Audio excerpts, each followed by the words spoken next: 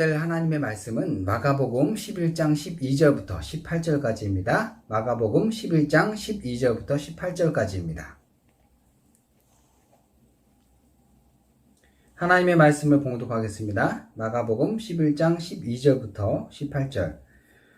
이튿날 그들이 베다니에서 나왔을 때 예수께서 시장하신지라 멀리서 잎사귀 있는 한 무화과 나무를 보시고 혹 그 나무에 무엇이 있을까 하여 가셨더니 가서 보신즉 잎사귀 외에 아무것도 없더라. 이는 무화과의 때가 아님이라. 예수께서 나무에게 말씀하여 이르시되 이제부터 영원토록 사람이 내게서 열매를 따먹지 못하리라 하시니 제자들이 이를 듣더라. 그들이 예루살렘에 들어가니라. 예수께서 성전에 들어가사 성전 안에서 매매하는 자들을 내쫓으시며 돈 바꾸는 자들의 상과 비둘기 파는 자들의 의자를 둘러 엎으시며 아무나 물건을 가지고 성전 안으로 지나다님을 허락하지 아니하시고 이에 가르쳐 이르시되 기록된 바 내 집은 만민이 기도하는 집이라 칭함을 받으리라고 하지 아니하였느냐. 너희는 강도의 소굴을 만들었도다 하시매 대제사장들과 서기관들이 듣고 예수를 어떻게 죽일까 하고 꾀하니 이는 무리가 다 그의 교훈을 놀랍게 여김으로 그를 두려워하밀러라. 아멘. 오늘 말씀은 사실 예루살렘에 입성하신 예수님의 모습으로 시작하고 있죠. 성전에 들어가신 예수님께서는 당연히 성전이 어떻게 어떤 모습으로 돌아가고 있는지를 알고 싶어 하셨어요. 그런데 하필 해질 무렵이어서 성문이 닫혀 있었죠. 그래서 예수님께서 어쩔 수 없이 제자들과 함께 베다니로 발걸음을 돌립니다. 그래서 그날 밤을 베다니에서 지내셨어요. 다음날 이른 월요일 아침 예수님께서는 예루살렘으로 다시 가십니다. 가시는 도중에 아마 배가 많이 고프셨던 것 같아요. 길을 가다가 무화과 나무를 발견하시죠? 그래서 나무 쪽으로 다가가십니다. 그런데 하필 그 무화과 나무에서 열매를 찾아볼 수가 없었어요. 그냥 잎사귀만 무성했다는 거죠. 이유가 있습니다. 왜? 무화과 나무가 열릴 때는 아니었기 때문에 그렇습니다. 겨울에 귤을 얻고 딸기를 얻는 것과도 같은 이치겠죠. 겨울에 바나나를 얻을 수는 없어요. 요즘이야 워낙 기술이 발전해서 아무 때든 과일을 원하는 때 먹을 수 있긴 하지만 당시에는 이 니산월, 4월, 중간이 6월절 절기였다고 학자들은 말하고 있습니다. 예루살렘 주변에서 3월에 무화과 나무 그 열매를 먹을 수 있도록 아주 작은 열매가 열렸었다고 합니다. 3월에 작게 나오고, 그러니까 지금 여기에 방문한 예수님은 4월에 온 것일 테니까 사실 어느 정도 먹을 만한 게 나오는 시기였다라고 볼 수도 있기는 합니다. 학자들에 따르면 일찍 열리는 푸른 열매가 당시에는 그 지방에서 무화과를 키우는 어떤 소작농을 위한 일반적인 식물이었다라고 말합니다. 그러니 작은 열매가 딱 봐도 별로 없었어요. 아니 거의 없었죠. 게다가 잎사귀만 무성하다. 이것은 일단 그 해의 무화과 추수는 끝이 났다는 것을 의미한답니다. 그러니 늦은 5월이나 6월 달에 혹은 조금이라도 나무 무화과가 있었다면 그나마 남은 무화과 과일이 익게 되면서 마침내 그런 것들이 다 떨어져 버렸겠죠? 아무튼 예수님께서 이 기간, 이 6월절 직전에 무화과를 발견하셨는데 중요한 것은 이때에는 먹을 만한 무화과를 찾기 힘든 때였다. 이것만큼은 분명하다라는 사실입니다. 자, 이를 통해서 우리 하나님의 일을 할 때 바로 첫 번째, 하나님의 때가 있음을 알아야만 된다는 것입니다. 어찌 보면 당연한 것입니다. 그런데 놀랍게 예수님께서는 마가복음 11장 14절에 이제부터 영원토록 사람이 내게서 열매를 따먹지 못할 것이다. 이렇게 강하게 말씀하십니다. 그리고 그 말을 주변에 서 있던 제자들이 다 듣습니다. 이 말은 당연히 상징적인 말이죠. 무화과 나무가 내년에 다시 그 자리에 와서 열매를 맺는지 안 맺는지 솔직히 그거 알게 뭡니까? 중요하지 않습니다. 단지 그 나무에게 한 말이 정말 나무에게 한 말이겠지만 주변에 제자들이 듣고 뭔가 깊이 생각해야만 할 깊은 메시지를 남겨주었다는 사실입니다. 예루살렘으로 가는 여정이 쉽지만은 않구나. 그러게 말이에요. 따라가는 것도 쉽지는 않은 것 같아요.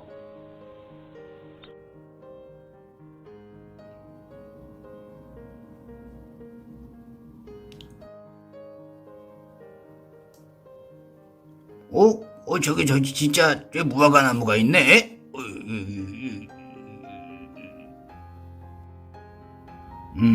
여기 무화과 나무가 있군. 여기에서 무화과 열매를 하나 따다가 맛을 좀 보아야겠다. 둘러보니 먹을 것이 그렇게 많아 보이진 않군 그래. 좀 더 둘러보고 찾아볼까?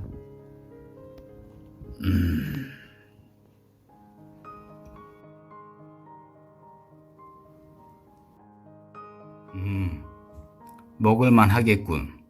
한번 맛을 좀 봐야겠어.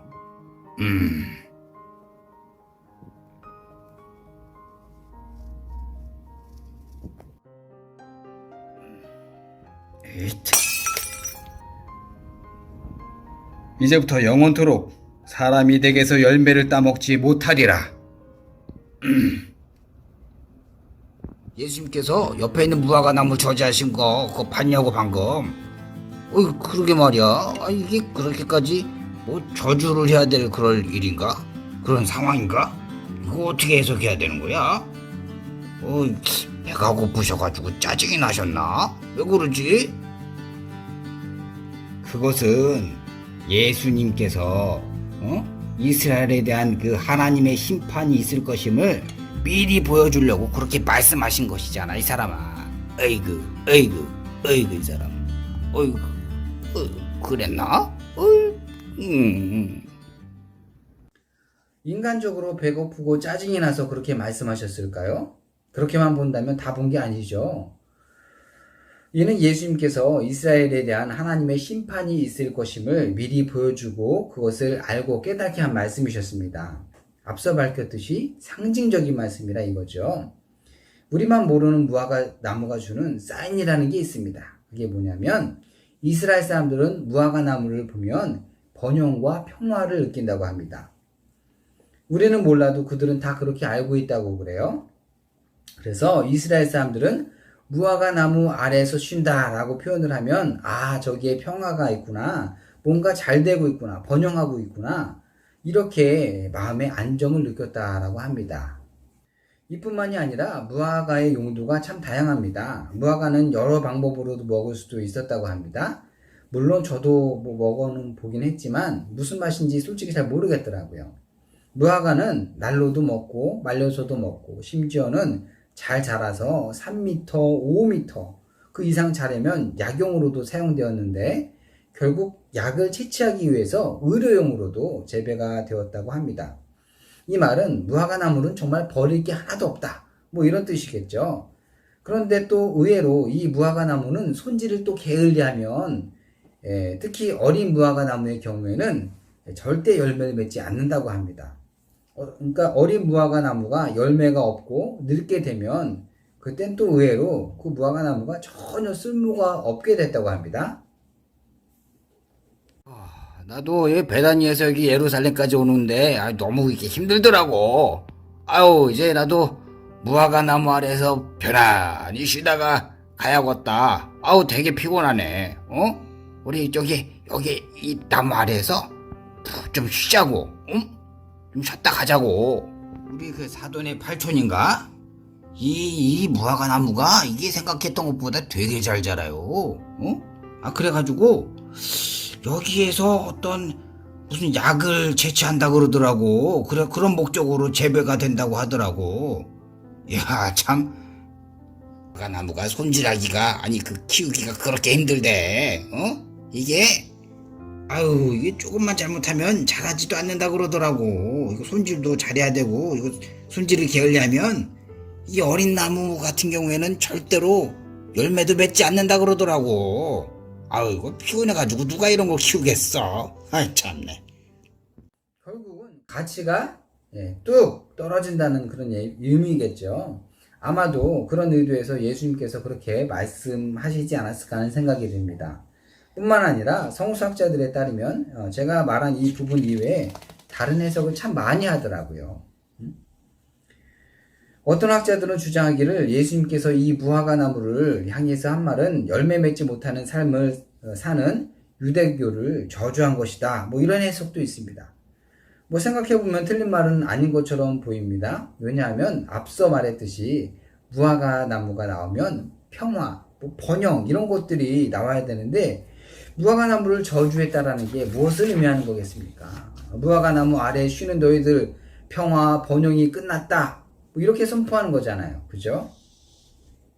이건 방학이 끝난 것과는 뭐 비교할 수가 없습니다. 또 다른 학자는 예수님이 했던 말씀은 이스라엘 민족 전체에 대한 경고이기 때문에 예루살렘 멸망에 대한 풀 수 없는 어떤 신비스러운 예언이다. 뭐 이렇게 말하면서 주장하기도 합니다. 가장 많은 해석은 역시 예수님께서 정말 많이 배가 고파서 먹을 것이 없는데 뭐 열매가 없어서 짜증을 내며 저주한 게 아니라는 거죠. 이스라엘이 하나님의 능력 가운데 껴있지 않음에 대한 어떤 하나님의 심판, 곧 닥치게 될 심판, 그 심판을 미리 보여준 상징적인 사건이다. 이렇게 보시면 됩니다. 따라서 잎이 많지만 열매를 맺지 못하는 무화과 나무는 겉으로 보기에는 뭔가 신앙생활도 잘해 보이고 인상도 좋아 보여서 예수님도 잘 믿을 것처럼 보이지만 사실상 말만 잘하고 신실해 보이기만 한다라는 거죠. 결국 영적으로 완전히 망했다. 이것을 상징적으로 보여주는 것입니다. 결국 뭐예요? 이런 맥락에서 보면 예수님께서 예루살렘에 도착하셔서 성전에 들어가십니다. 당시에 이방인의 뜰, 뜰이 그 앞에 있었어요. 그 뜰은 성소로 둘러싼 곳이죠. 그런데 당시 법에 의하면 그 뜰을 넘어서는 안 됐대요. 그런데 대제사장 가야바가 성전에 제사를 드리려면 필요한 어떤 거룩한 품목들을 그곳에서 팔 수 있다고 아마 임시로 허락한 것 같다라고 학자들이 말하고 있습니다. 예루살렘 곳곳에서 돈 바꾸어 주는 사람들이 활개를 치고 있군.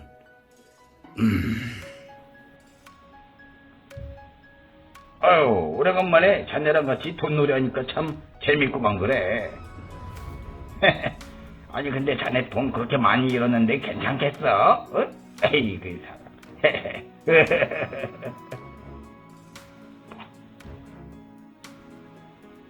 자, 싸게 팝니다. 사십시오. 하나에 3,000원. 자, 한 단에 5,000원. 두 단에 10,000원. 자, 사세요. 싸게 팔겠습니다. 싸게 팝니다. 내가 저들의 책상과 비둘기 파는 상인들의 모든 책상들을 다 엎어버려야겠어. 또한 감히 함부로 성전의 뜰을 가로질러서 갈 수 없게 해야겠어. 자, 싸게 팝니다. 자, 아까 비둘기 살려고 했던 분, 저쪽에서 사세요. 저쪽에서 사시면 됩니다.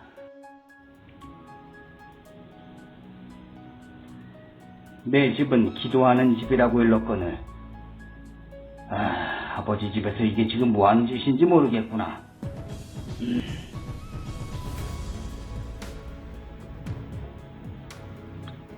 자, 싸게 팝니다. 싸게 팔아요. 싸게 팝니다.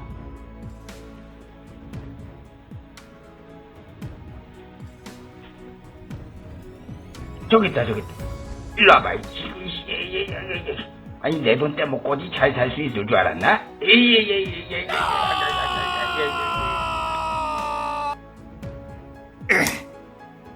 감히 이곳을 더럽히다니. 박그냥 막그냥. 여전히 아버지의 집을 더럽히고 있어.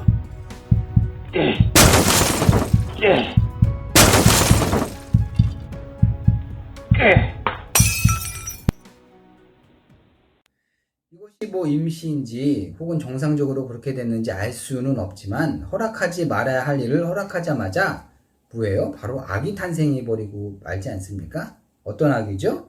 그 자리에서 돈으로 거래를 하는 것입니다. 기록에 따르면 그 돈 거래가 합법적인 거래가 아니었다라고 기록하고 있습니다. 뭔가 사기가 있었고 강제로 탈취함이 있었고 더구나 이방인의 뜰은 아무나 접근해서는 안 되는데 역사적인 기록에 따르면 마음대로 왔다 갔다라고 합니다. 결국 돈 앞에 모든 게 무너졌다라고 보는 것이죠. 자, 우리가 하나님의 일을 할 때 바로 둘째, 준비된 모습으로, 거룩한 모습으로 예배 자리에 나와야 합니다. 우리가 예배 시간에 소리 지르면서 예배 드리지 않죠? 시장 통해서 그렇게 막 떠들썩하게 예배 드리고 그러거나 하진 않죠?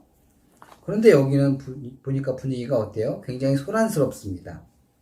시장처럼 막 소란스러워요. 사람들이 돌아다니면서 이 성전 안에서 물건을 팔고 이리저리 왔다 갔다 합니다. 이만하면 예수님께서 성전에서 매매하는 자들을 쫓아내시고 또 돈 바꾸는 자들의 어떤 상, 또 비둘기 파는 자들의 의자를 엎어버리실 만하지 않겠습니까? 예수님의 이러한 행동은 당연히 이 시선을 끌기에 충분했다라고 보여집니다. 너무 담대해 보이기까지 하지요. 어머머머머! 이게 뭐야? 도대체 이게 뭐야?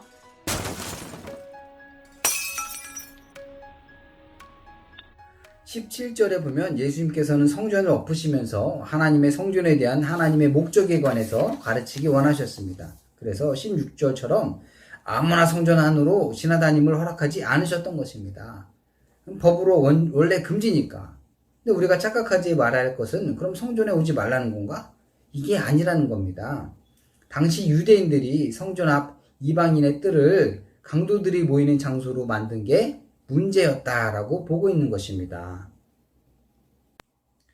하나님의 일을 할 때 바로 셋째, 우리는 교회에서 기도해야 합니다. 성전은 예배드리러 또 기도하러 오는 곳입니다. 이곳에서는 막 함부로 소리 지르거나 그러는 곳이 아닙니다. 그죠? 그런데 교회 안에서 돈 거래하고 장사하고 예수님의 이름을 팔면서 자기 사업의 이익과 수완에 맞는 목적으로 마음대로 이용하고, 이것은 말하자면 이 장사꾼들에 대한 뭐예요? 어떤 예수님의 거절이었다라고 보는 게 맞겠죠. 그러면서 이 메시지가 무엇을 의미하는 것입니까? 예수의 인기가 계속 높아져가고 있어. 어떻게 생각하오? 우리 자리가 많이 위험하오. 예수를 꼭 없애야 하오. 나도 동의하는 바요이다.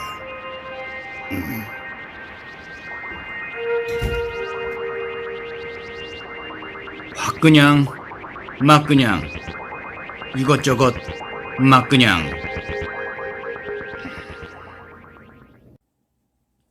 결국은 예수님께서 이렇게 시장을 뒤엎으신 이유가 무엇이죠? 대제사장의 허락으로 너희들이 장사를 한다고? 나는 그보다 더 큰 하늘의 권세를 가진 자, 바로 예수 그리스도다. 이런 사인을 일부러 그렇게 표현한 것입니다. 우리 주 예수 그리스도께서 이 세상의 그 어떤 권위자들보다, 권세보다 더 세고 더 높고 더 위대합니다. 오직 살아계신 예수 그리스도를 믿고 따르고 섬길 수 있는 우리 고척교회 교육부에 속한 모든 친구들이 되기를 간절히 소원합니다. 말씀을 정리하기 원합니다. 우리가 하나님의 일을 할 때 우리가 알아야 될 게 무엇입니까? 바로 첫째, 하나님의 때가 있음을 알아야 합니다. 둘째, 거룩한 모습으로 예배 자리에 나와야 됩니다. 셋째, 교회에서는 우리가 꼭 기도해야만 합니다. 말씀 마치겠습니다.